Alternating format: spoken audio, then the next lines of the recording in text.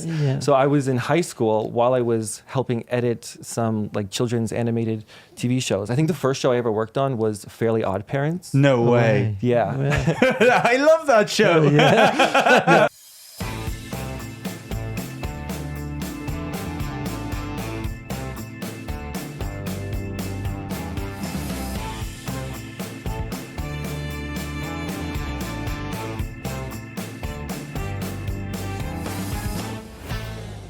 And welcome back to Sleepless, a podcast about the creative process. I'm Robin. I'm Tom. And today we have Steven Popik on the podcast. You're very welcome, Steven. Steven is a former production coordinator in the animation industry. He spent a decade helping bring some of the world's favorite animated characters to life until he realized he wasn't quite sure what he needed to do with his life. So he hit pause in the animation career and he's now started his own podcast, Help Wanted Podcast. We'll get into that later, but you're very welcome, Steven. Oh, thank you so much for having me. Yeah, I'm excited to coming. be here. Yeah, thanks for coming. Yeah. Yeah, so I guess let's start back with Robin touched on the animation there. So how did you originally get into the animating? It's kind of a weird, long story, but I actually got into animation while I was in high school. I started working in the animation industry. Yeah, I did a high school's major, so I had like a schism. And through that schism in my high school, they actually offered animation courses. Wow. So I was in high school taking animation, motion graphics, computer technology, all of these courses. And then in the schism as well, you had to do a co-op.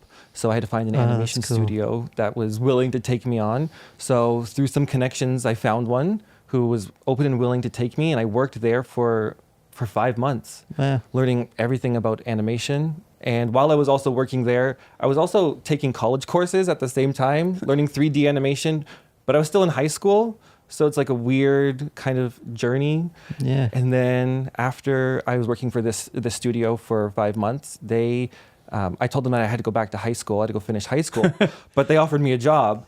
And they said that I could work from home and they would put all of the software on my laptop. And I was like, I mean, if you're going to pay me to do this now, I'll 100% do this. Yeah. So I was in high school while I was helping edit some like children's animated TV shows. I think the first show I ever worked on was Fairly OddParents. No way. Yeah. I love that show. Yeah. It was like a weird like full circle moment because like I'm in high school and I used to watch this show as a kid and now I'm working on this show. It was crazy. Wait, I didn't realize that. Was that a Canadian animation or was it an American animation? It's an American show, but they came to Canada for season 10. Oh, wow. They found a studio that they wanted to work with, and it just happened to be the studio that I was working for. That's amazing. So then, I guess after high school, then did you go to art school or something, or straight into just working with the studio? Or, I went or both, or I took a 1-year program, Media Fundamentals, at Sheridan College. Yeah. And then after that, I went to BFTV. It's the Bachelor of Film and Television program at Sheridan. And through all of that, all of my college experience, I was still working in the animation industry. Wow, that's cool.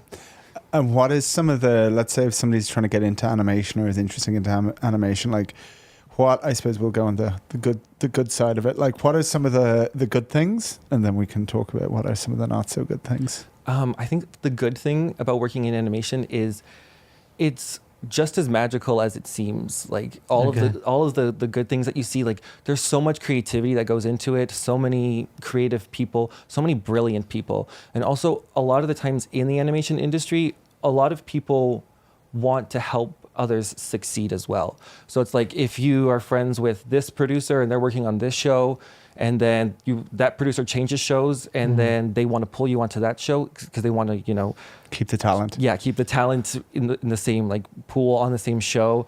So that ways it's like great. And also the people that work in the animation industry, a lot of the people are so smart. Like it's intimidating how smart they are, but they never flaunt it. They never like rub it in your face. They always want to teach you. Because I was always on the production side of things. So I was, well, not always, but when I was on the production side of things, I was more like schedules, organizing files. I was more that type of person. Yet the people who are like the higher ups who are the creatives, they would, pause and want to teach you about what it means to, like, when it comes to rendering, what it means when it comes to layout and that whole process and the creativity that goes into it. There's so many great people who are in that industry. How long does like one episode of Fairly OddParents take to make?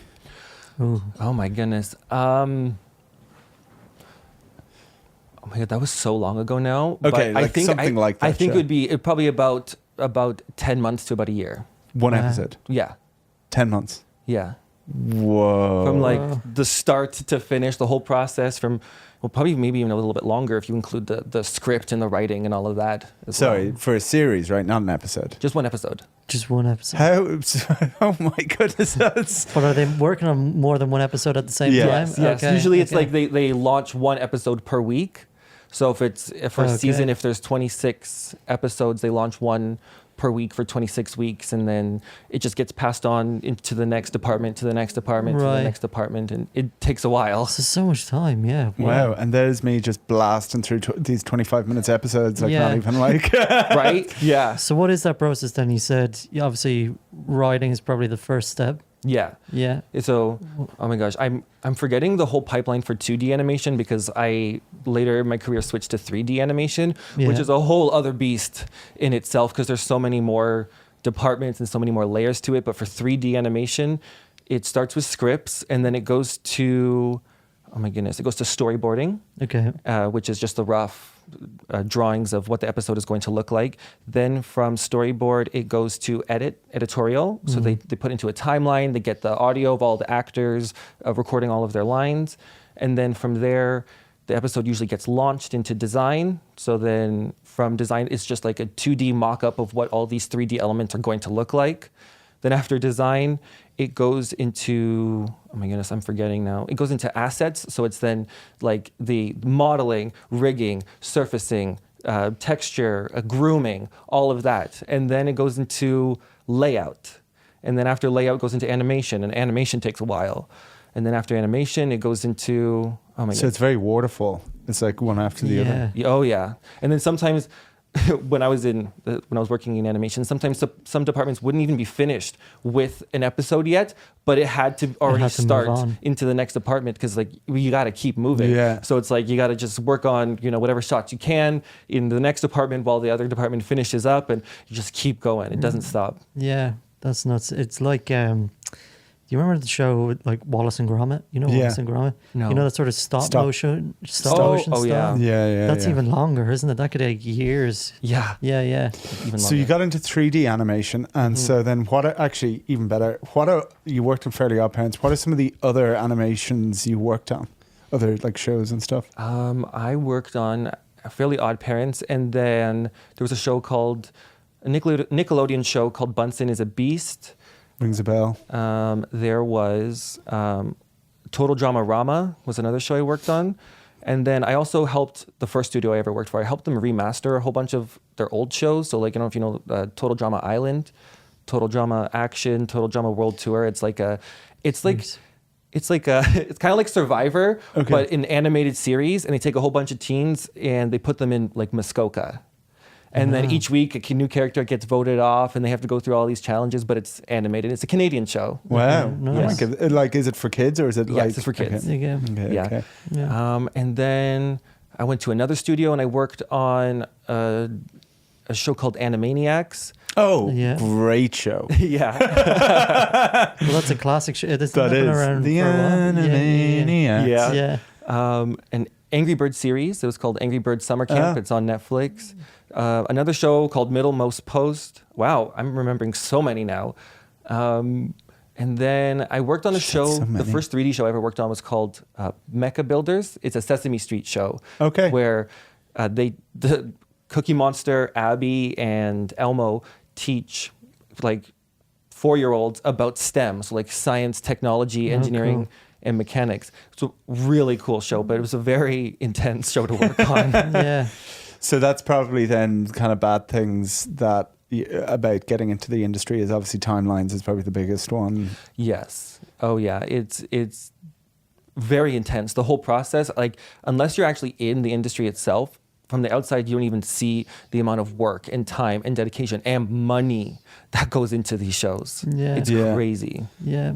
the time, money, and then what are some of the other kind of challenging areas? Like obviously with, there's obviously things around studios. Don't like animation studios, I've heard, are particularly bad for actually staying in business because like basically they start out really strong and they make a show or whatever, and then it's the same with gaming studios as well. Then they make bigger and bigger bets and it gets more and more complicated and expensive, and then they kind of miss the boat and stuff like that, or private equity gets involved and that's a whole other story. But what are some of what are some of the other kind of challenges that you've experienced? Well, yeah, I think one of the biggest challenges is like because shows are only on, like you're only contracted for a year to work on a show, sometimes even less if your department isn't needed for that long. So sometimes finding work can be difficult because a lot of the time, like I mentioned earlier, it's about who you know a lot of the time. Okay. And unless you don't know a lot of people, then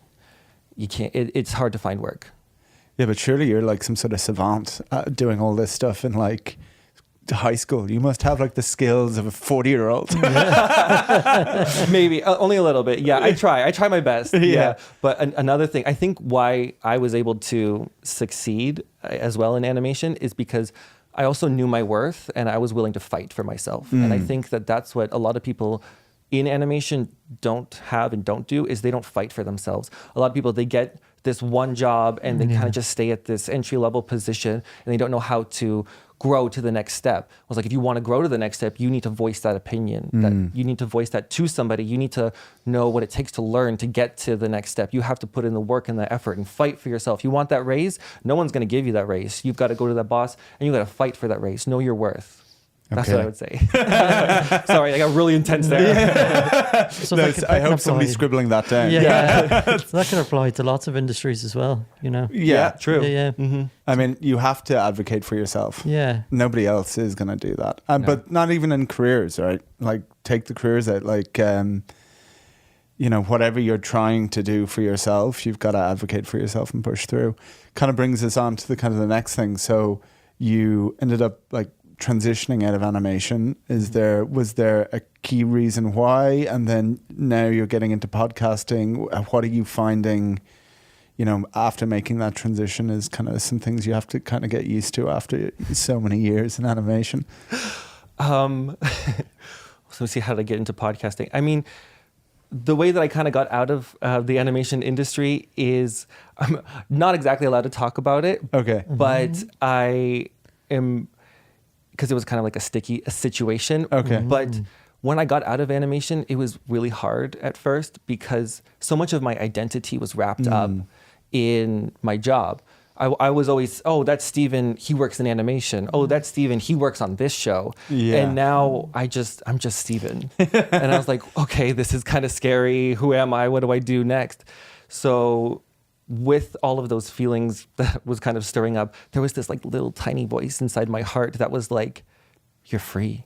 You're not in animation anymore. You don't have to worry about this. You don't have to do this anymore. And I think I was repressing that for so long and I wanted to get out. I just didn't know how. But then once I was out, it was like the confusion and feeling lost, but also like, I'm kind of okay with this. And I kind of feel like this is where I'm supposed to be. So I'm supposed to be out of this now. And then I knew that I wanted to make a career change. I just didn't know to what. So I kind of just figured out a way to talk to people about their jobs and about their career journeys. So maybe I can figure out where I belong in this world and my purpose. Yeah. So then that's how I started my podcast, Help Wanted, where I interview people about their jobs and their career journeys. Wow. And what are some of I'm sure there's some themes that you're seeing, like as you speak to people. Yeah. I feel like the number one theme that pretty much everybody talks about is that nobody really knows what they're doing. Everyone day to day is just trying to figure out what's the next right thing. Nobody has it all figured out. Just because somebody is what you deem a successful, entrepreneur, a successful police officer, a successful whatever, it doesn't mean that they always knew where they were going or what they were going to do. They just figured it out along the way. Even if they were scared, they just figured it out. Yeah, I suppose it's, again, we touched on this in another podcast, but it's the age-old lie that we all tell ourselves is if you love what you do, you'll never work a day in your life, which is just not true because, you know, you end up doing that job you've always wanted to, and then you realize, Jesus, it's actually quite hard to keep going and all those things, and it becomes work. So, you know, people are sometimes shocked then, and they feel like they're not doing the right thing because it's suddenly much harder than they thought it was going to be. And like, hey, I'm an entrepreneur now. Like, why haven't I made it? It's like, well, you know, do you think any other entrepreneur isn't busy? Yeah. Yeah. I think I heard an entrepreneur say, or I think once they were successful, someone asked them, like, you know, what was your overnight success? Like, what made you so, you know, successful? And they said, well, it was my 5-year plan. That was my overnight success. Wow. And that's what people don't realize. It's like there's so much work and effort that goes into if you want to be they'd an mapped out entrepreneur. their 5-year plan. Yeah. Did you see it? No, Oh. I'd love to know how detailed it was. I did not see it. It's So- just 3 bullet points. Yeah. Quick, Yeah, right. money, soon. So as part of the podcast, then you're sort of interviewing your guests to see if you would like to do what they're doing. Is that the concept? Yeah, that's the concept. Yeah. So have you, I guess, out of the interviews you've done so far, have any really any professions stood out to you? Not really, not yet. There's some professions that have stuck out to me where it's like, nope, I don't want to do that. Yeah. Like there's a police officer that I interviewed. She's great at what she does. She loves what she does, and she's so passionate the way she talks about it. But then I'm like, I don't know if I could do that. I don't think I could do that kind of work. Or there was a guy who I interviewed. I think his episode comes out next week or the week after. He's a reptile breeder, and he's got 2,000 snakes, and he's got hundreds more lizards and spiders and mice that he feeds to all of these ball pythons. And I'm like, yeah, that's a no for me. Yeah. No thanks. Pass. Yeah. Hard no. No. Yeah. I'll make that episode for entertainment and tell his story and hopefully shed some light for other people to maybe want to get into that, but it's a no for me. Where do you find your guests? Like, how are you finding a reptile breeder? So at first I was just interviewing like family friends and like people within my network. And then I kind of expanded to just asking strangers. Really. Do you do like the street interview thing and be like, hey, tell me about your job? I don't. I've been thinking about doing that. Oh, yeah? Yeah, I've been thinking about trying to get into that. But like, honestly, I've just been cold emailing complete strangers being like, hey, I've got a podcast. I do this. Can I interview you?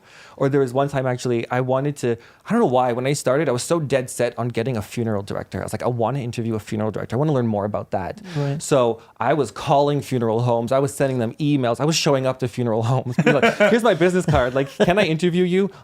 All of them were saying no. But They're actually very busy, funeral directors. They are. Yeah. And so thankfully through like friends and associations, I found somebody who was open, actually a funeral director who has a podcast. No way. Wow. Yeah. It's just them in the morgue. How are you doing today? Yeah, I thought so too. I mean, I listened to a few of his episodes. I don't know if he's done that yet, but he just talks about like what's going on in the funeral business. Imagine like, just like it's like, yeah, I'm really sorry to hear about your aunt. But would you come on my podcast and talk about it?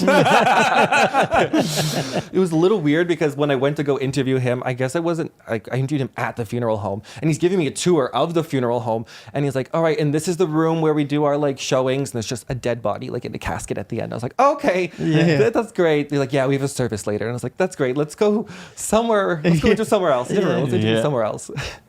Yeah, wow. Funeral directors, that's definitely an interesting one. Any other interesting ones? I wonder what other ones I'd love to interview I'd love to interview like a CEO, like a proper CEO, not like a CEO of like a Fortune 500. That'd be interesting. That's the goal one day. Hopefully I'll get you'll there. get there for sure. They love speaking about themselves. That's true. That is true. That's very true. You just need to get the viewership and the rest will come. Yes. Any sports?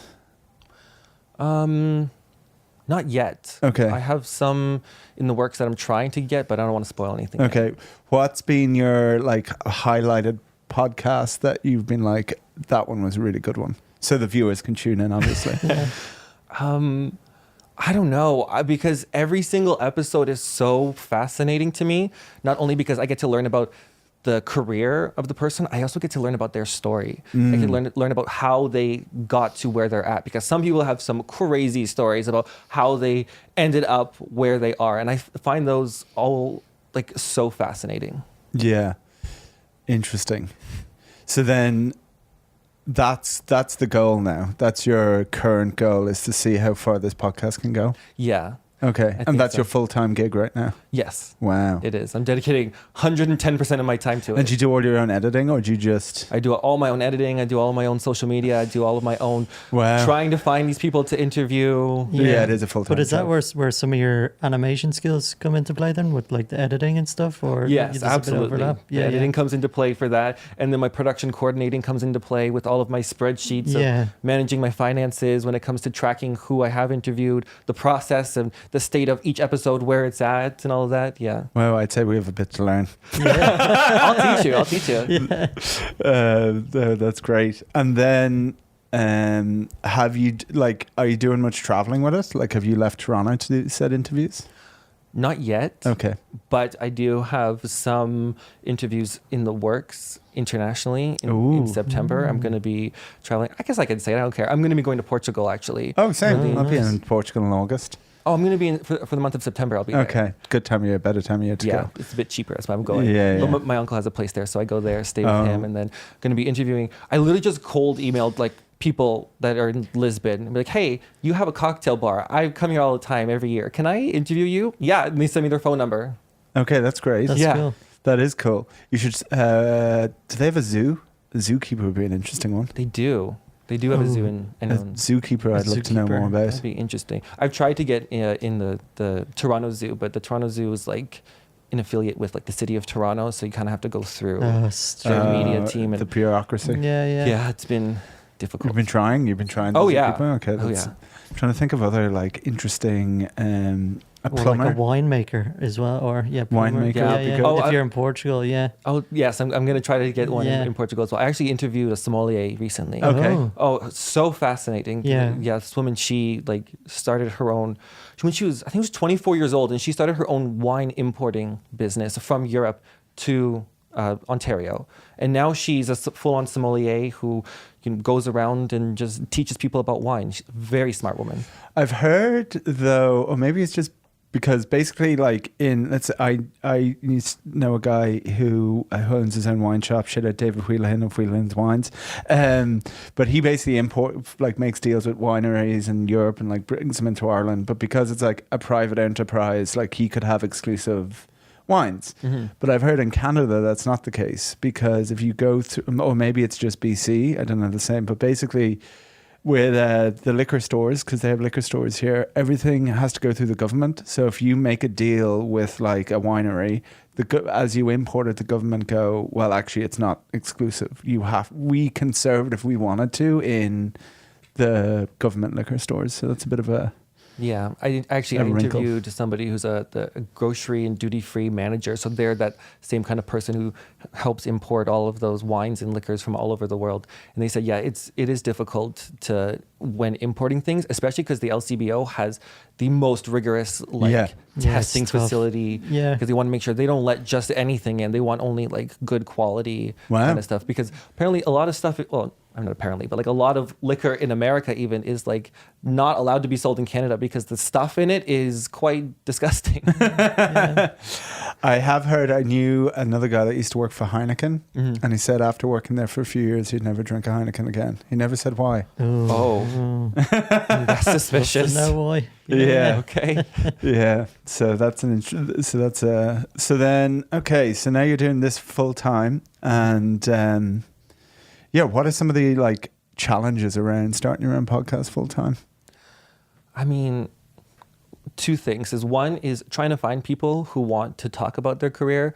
Because at first I was getting so many no's. Like now you can give me a no and I'd be like, all right, thank you, next. Like, Yeah. move on. Like, doesn't matter. But so many people just don't want to talk about their jobs. They don't feel qualified, even though they've been in their industry for how many years. And lots of people Wow, just, that's interesting. don't want to talk about it. And the other thing is finances. When it comes to podcasting, there's not as much money in it as people think. Well, there's a very good company called Sonar who might be able to help you out with that. Yeah. And somebody called Acast as well. Yeah. I have to get in touch with somebody who works there. I don't know. Yeah. They can help you out.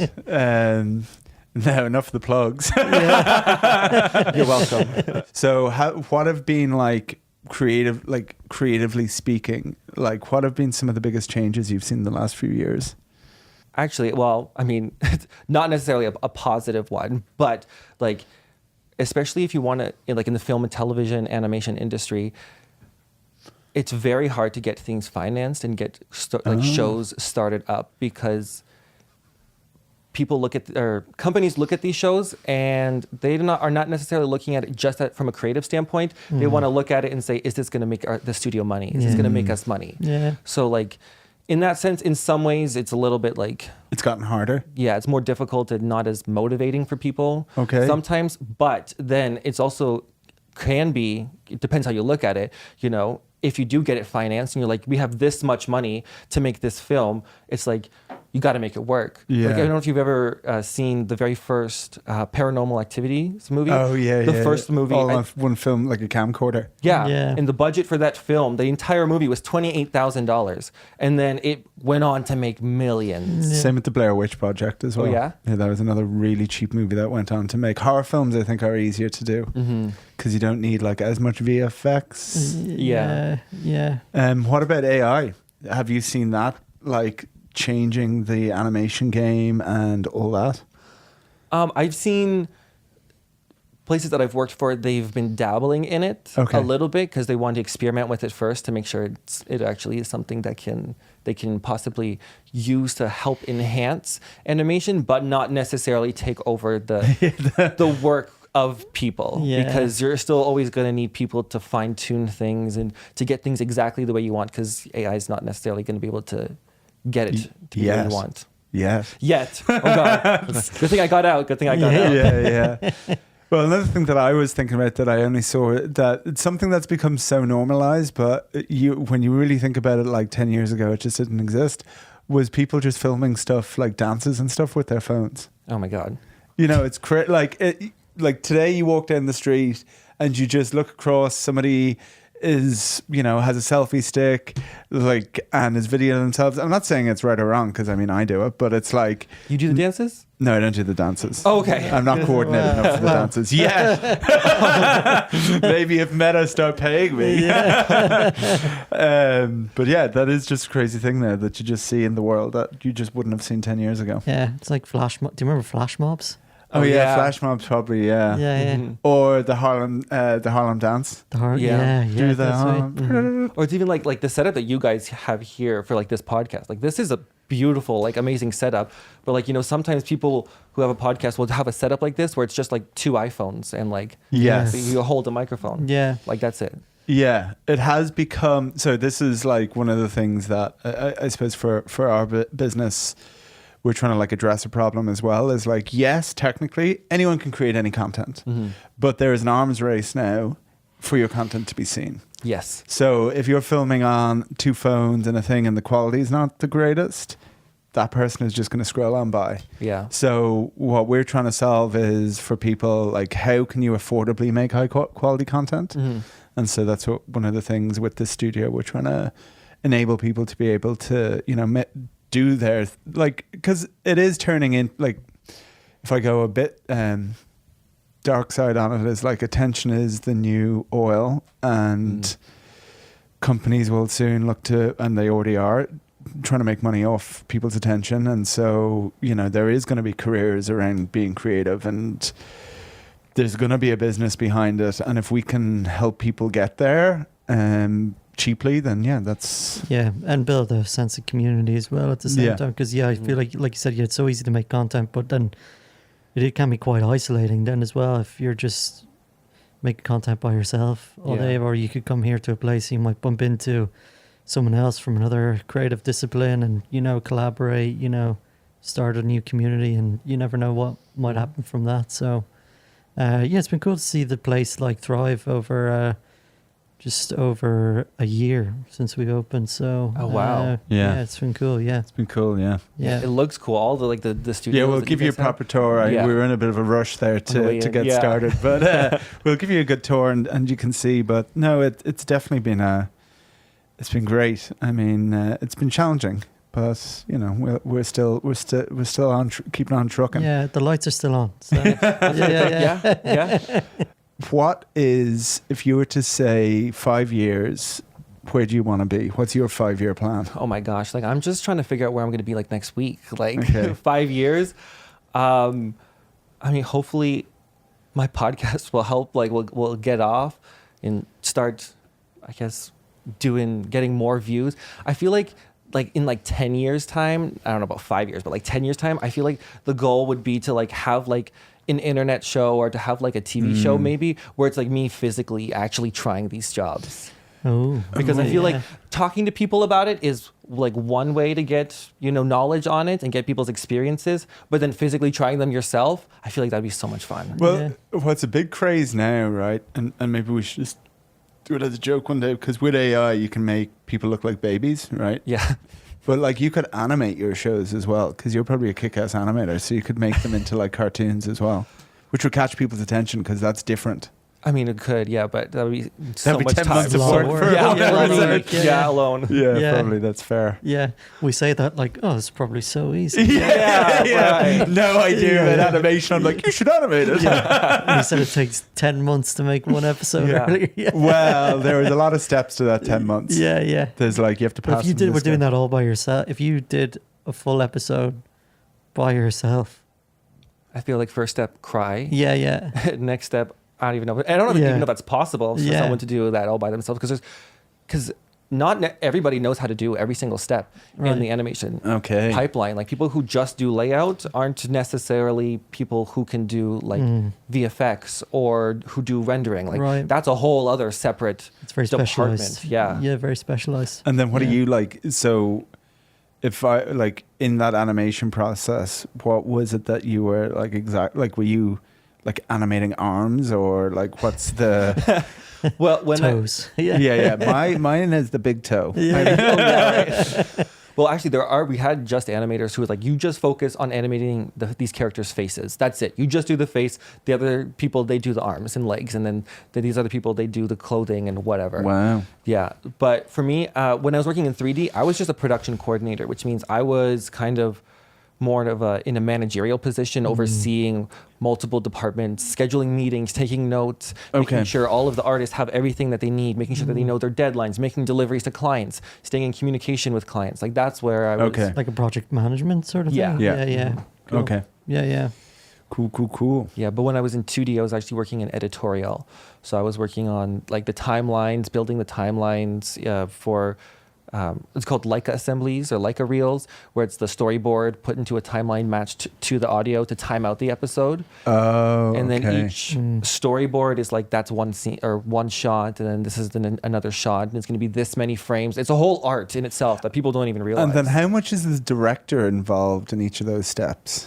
Or is there a director? There is a director. The director is in every single process, every single step as much as they can.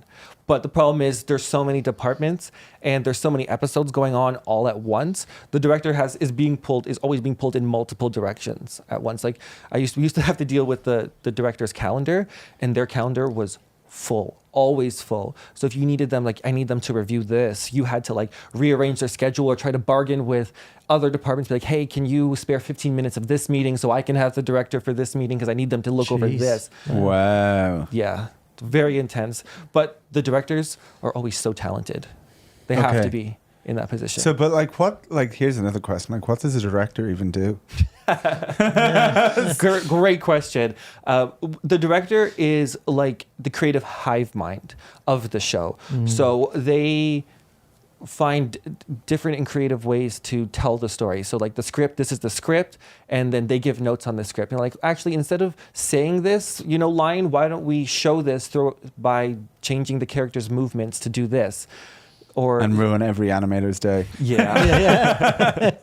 So they know the creative and they know the story of each episode. So it's like this episode that launched, I don't know, let's say 6 months ago is now just getting into lighting. The director's reviewing these shots. He's like, oh, we can't have this lighting here because, the story, I'm remembering the script actually said that it's supposed to look like this and we need these lights to be over here instead of on this side of the character. So they're like the creative hive mind. They have to know everything. Wow. Yeah. Okay, so they do a lot. Yeah, would you argue it's more intense than directing a normal film or TV show? I think so, because it's, especially in series, there's so many scripts going on all at once, so many different episodes at so many different points in time, and you have to know where they're all at and keep the consistency of the show and the story throughout the entire thing. What piece of cinema or TV show has some of the best animation from your keen eye? Oh, animation. I feel like a lot of stuff that comes out of Pixar, animation is absolutely brilliant. Like, I don't know why the first movie that came to my mind is, I don't know if you've seen the movie Elementals. Yeah. I have. Very good movie. Yeah, it's So good. like, I don't know if you know this, but like one of the hardest things to animate is water. It's water and hair. Those are the two things that are so difficult. And they have like full on characters who are made out of water.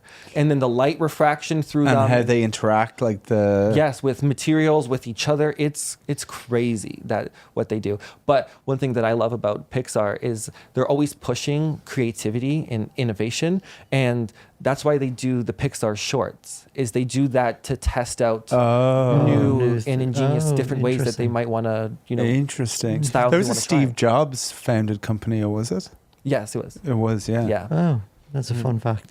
Is the door firmly closed on your animation career? Or if the studio came along and said, hey, we need you for something, would you say yeah? Or Put back on the cape. Yeah. Oh, I don't know. Only because like, I mean, for like the right price, maybe, but like Yeah. that'd be a big price tag. Yeah. But I think like, because with my podcast now, I feel like I have so much creative liberty with it. It's my show. You're I can, the director who I cried. can do whatever I want with it. When you work in animation, the only person who has the most creativity is the director. Everyone Okay. else is just following the director's direction, Right. pretty much. That's why they're there. So I don't know. For now, for the next 5 years at least, that door is shut. Okay, Yeah, there is a 5 5-year plan. I guess so. Yeah. So I was actually going to say, when I asked the question about the best animation, I was going to say Dune. Because that's all, like all those like flying machines and stuff, that's all animated. Yeah, I gotta say I haven't seen that one yet. What? Wow. No, That's I'm a big fan of like, I guess 2D, 3D animation. Okay, like cartoons. Yeah. South Park? Not a huge fan, but totally like respect and love their It's okay, you can say you creativity hate of it. it. I don't hate it. But their animation is so simplistic, yet so effective. It's ingenious. Yeah. Another popular one, people, the Star Wars, Clone Wars. Yes. Do you like that one? Yeah. I haven't seen it. I've only seen clips of it, but it seems like it's beautiful. Yeah, no, it's nice. Yeah. No, what's that samurai one on Blue-Eyed Samurai on Netflix? Have you seen that? No. That is the most beautiful piece of animation.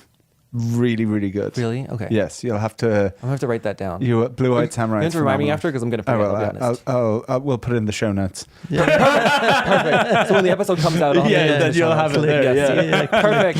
Click. But yeah, so will we get into the spinny wheel? Yeah, let's do it. Yeah. Okay. Okay. I'll take- So I'm only hot take wheel. scared. I'm a We little don't worry, they're not and so basically you'll spin the wheel. I'll read it because my handwriting is atrocious. Okay, and we good. do this to try and like mix up the conversation and see where it goes next. So feel free to give it a spin. Give it a good old Should I hold it like here so that Sure, yeah, the you- camera can see it? Yeah. That's a good idea. And then I can't see it, and you'll have to read it to me. One Okay, second. perfect. Yeah. Oh, okay. Brunch is overrated as a meal. Overrated? Yeah. No. What? No? Oh, yeah. I think it's overrated. Really? Oh. Yeah. Oh, no, I'm big into brunch too, Yeah, I me would too. say. See, that's why he's on this side. Yeah. That's why we're on exactly. this. This The was thought brunch about- have coordinated their Yeah. outfits here, the brunch corner. Oh, yeah. So, same here. The breakfast club. This was planned. Yeah, that's this was Breakfast planned. Club. Yeah. The brunch club. Oh, perfect. The brunch club, Yeah. yeah. Well, yeah, I just prefer lunch or dinner. Like, I mean, brunch is just like eggs Benedict, Advo on toast. But I feel like brunch is like the best when it's like, you've gone out the night before, you've stayed out late, you've slept in, you've gone out with a whole bunch of friends, and then you guys go out for brunch afterwards. So I what are think you that's ordering the when you're best. at brunch? Usually eggs Benedict. Something Okay. like that. I don't want anything sweet for brunch. Well, Robin, is the reason why you're not into brunch because you're not really a breakfast kind of person. Yeah, would you have for Oh, breakfast that's today? good. Use coffee? Yeah. Yeah, just black coffee. Yeah. So you wouldn't- I just think there's just better meals out there. You know, like, okay, would you consider a burger a part of a brunch menu or a lunch menu? I know they do put. I wouldn't consider it So a there you go. brunchy style food, a burger, but I know they put it on a brunch. You just have menus. way more options for lunch. Yeah. Shashushka, is that part of brunch or is that I lunch? don't even know what that is. Shashushka. Yeah, That shashushka. is like a brunch. I would consider that a brunch Okay. meal. No, Yeah, I would consider with it the eggs lunch. and the tomato, right? Yeah. Yeah. It's good. You should have it. Yeah, Okay. It's it a is Turkish. good. Yeah, It's yeah. a Turkish thing. Yes. Actually, you get a very good one in Portugal. Yeah. Oh, okay. Put Yeah, that in yeah. the show notes. Yeah. Remember that too. It's just a shopping list. Okay, Stephen, is there anything as we kind of get to around wrapping up that you want to wrap up with? Yeah, where can people where can find your people find your podcast? podcast? Almost anywhere that you listen to podcasts, you go to Spotify, Apple Podcasts, Amazon Music, YouTube Music, iHeartRadio. It's my podcast on there. It's just Help Wanted, Steven Popik. Because I think there's another podcast called Help Wanted, but we don't listen to them. Yeah, we don't like them. We don't No, like no. them. Yeah, We're we trying to don't like get them. mine above them. They're That's, not that's my brunch goal. fans. Yeah. They're not. Yeah. No 5-year plan. Yeah. I also heard that they like to kick children and puppies. So just saying. Spilling tea here. You heard it first. Yeah. Don't watch that other. Breaking news. Yeah. And they don't like the Fairly OddParents. Yeah. Oof. Yeah. Oof. Damn. Okay. Well, that is it for today. Thank you so much, Stephen, for jumping on. And if you want to use this fabulous podcast room or any of our other studios, we are based on 215 Niagara, Toronto. We're open 24 hours a day. Simply download the Sleepless app, sign up, and book whenever. Thank you all so much and stay sleepless. Peace. Bye.